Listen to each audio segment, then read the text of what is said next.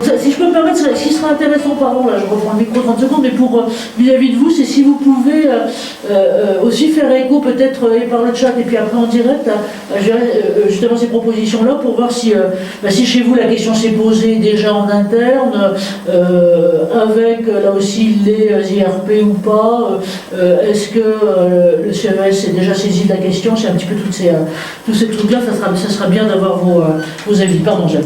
Oui, j'avais un peu terminé ce propos liminaire, donc peut-être on peut entrer dans un dialogue, parce que moi je trouve, enfin en tant qu'ancien responsable d'une institution publique, mais qui était aussi une entreprise de taille moyenne avec 1800 personnes, eh bien, si j'étais aujourd'hui toujours directeur général, je mettrais en œuvre ce dialogue avec les partenaires sociaux, parce que je suis curieux de voir, et je pense qu'il y aurait une réponse positive au sein de la société, peut-être pas unanime, mais en tout cas une acceptation d'une part du fait qu'on peut parler de ces sujets-là, et deuxièmement, on peut avancer sur un certain nombre de thématiques qui sont d'intérêt pour le cadre social de l'entreprise, mais au-delà aussi, c'est-à-dire ça fait partie pour moi du rôle de la mission des entreprises aussi au sein de la société.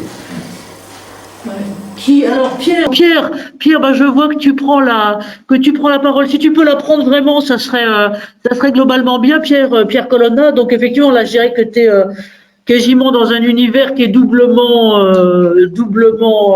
impliqué, puisque la fonction de la PHP est globalement en plein dans la santé. Comment tu vois les choses et chez toi, alors dans cet univers un peu particulier, comment c'est pris en compte? Pierre, tu veux bien? Ouais, j'ai vu que tu as décroché ton micro. Je suis connecté, j'espère que vous m'entendez. Au-delà de la PHP. Alors, on t'entend comme d'habitude pas très bien, Pierre, parce que je suis désolée, mais alors que tu n'es pas loin physiquement, est-ce que tu peux couper peut-être enfin quoi? Alors que moi, je coupe le micro. Oui, donc je disais, au-delà de l'assistance publique, on a eu une réunion hier avec la DGOS. Qui a la proposition de dire que la vaccination étant libre, la responsabilité de l'entreprise peut être engagée. On t'entend pas super, Pierre.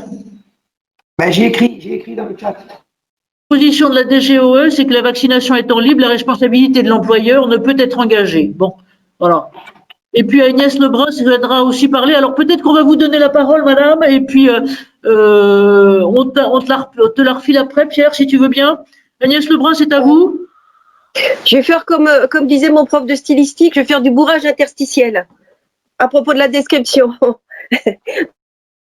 Laisser la parole. Pardon d'intervenir un peu comme un cheveu sur la soupe, mais j'ai une autre réunion en parallèle et je serai obligée de partir. Mais merci pour l'invitation d'abord. Merci aussi pour les sujets abordés qui sont très importants. Alors évidemment, moi, c'est la lucarne de la collectivité, autrement dit du service public, mais néanmoins, les mêmes problèmes se posent.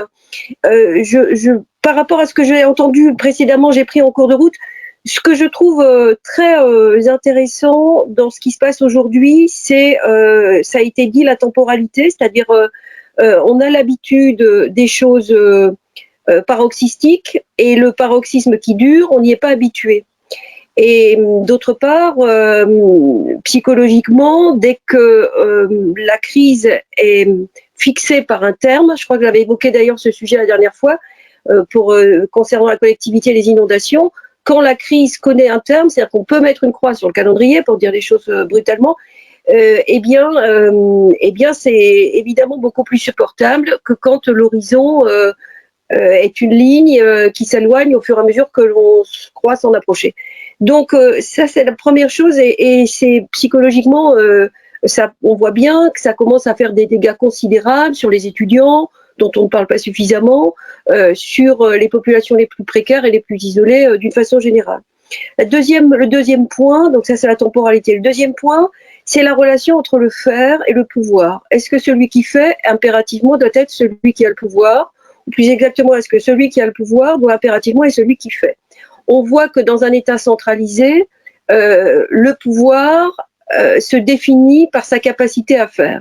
Le problème, on l'a vu pour les ARS en particulier, c'est que les ARS étaient des structures décentralisées, donc qui en théorie avaient l'autonomie pour pouvoir, par délégation, faire dans les territoires.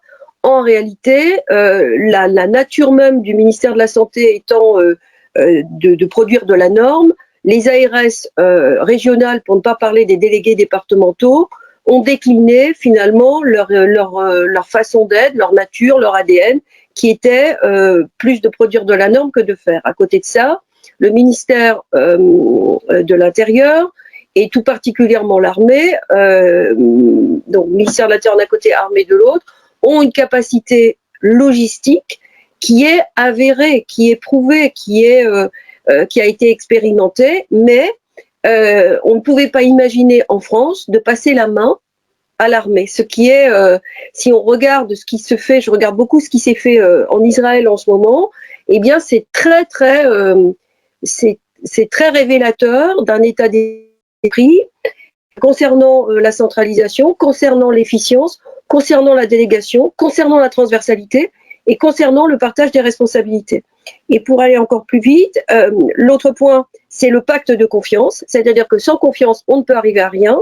Or, nous sommes dans une société qui est passée du consumérisme à l'égoïsme, où la confiance, c'est-à-dire le pari sur l'autre, passe après l'intérêt pour soi-même. Et ça, évidemment, c'est gage d'échec.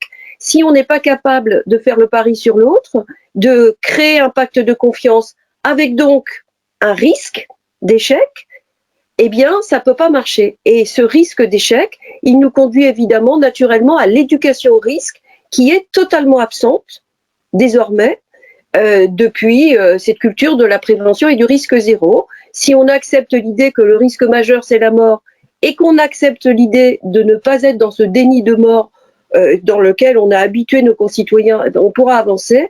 Mais si on ne reprend pas l'éducation au risque, eh bien, ça ne marchera pas. Et dernier exemple, et je m'arrête là, et je pense que la connexion peut-être avec l'autre interlocuteur aura été rétablie. C'est un exemple que je trouve vraiment intéressant, c'est sur le passeport vaccinal. Passeport vaccinal considéré d'un côté comme une restriction de liberté, donc comme évidemment insupportable, etc., une atteinte quasi constitutionnelle en fait. Et puis de l'autre côté, des acteurs majeurs de la culture, autrement dit ceux qui généralement ont l'étendard de la défense des libertés individuelles, la liberté d'expression, la liberté de réunion, la liberté subversive, etc., qui sont normalement à la tête de cela, eh bien qui eux-mêmes disent, je pense au Festival des Vieilles Charrues, qui est l'un des plus grands festivals français de musique, qui dit, eh bien moi je pense que on pourrait réouvrir les festivals sous couvert de présentation d'un passeport vaccinal.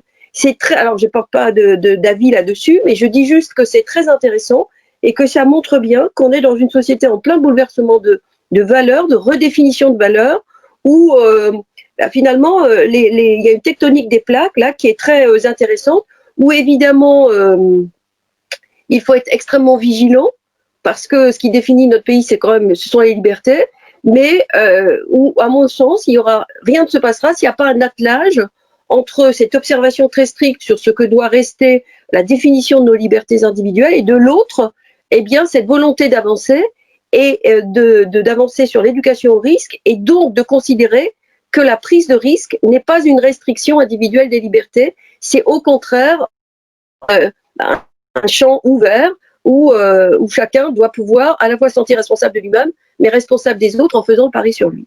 Voilà, pardon, j'ai peut-être été trop longue. Non, si je peux me permettre de reprendre la parole avant de la passer, c'est très riche, et merci vraiment de votre intervention.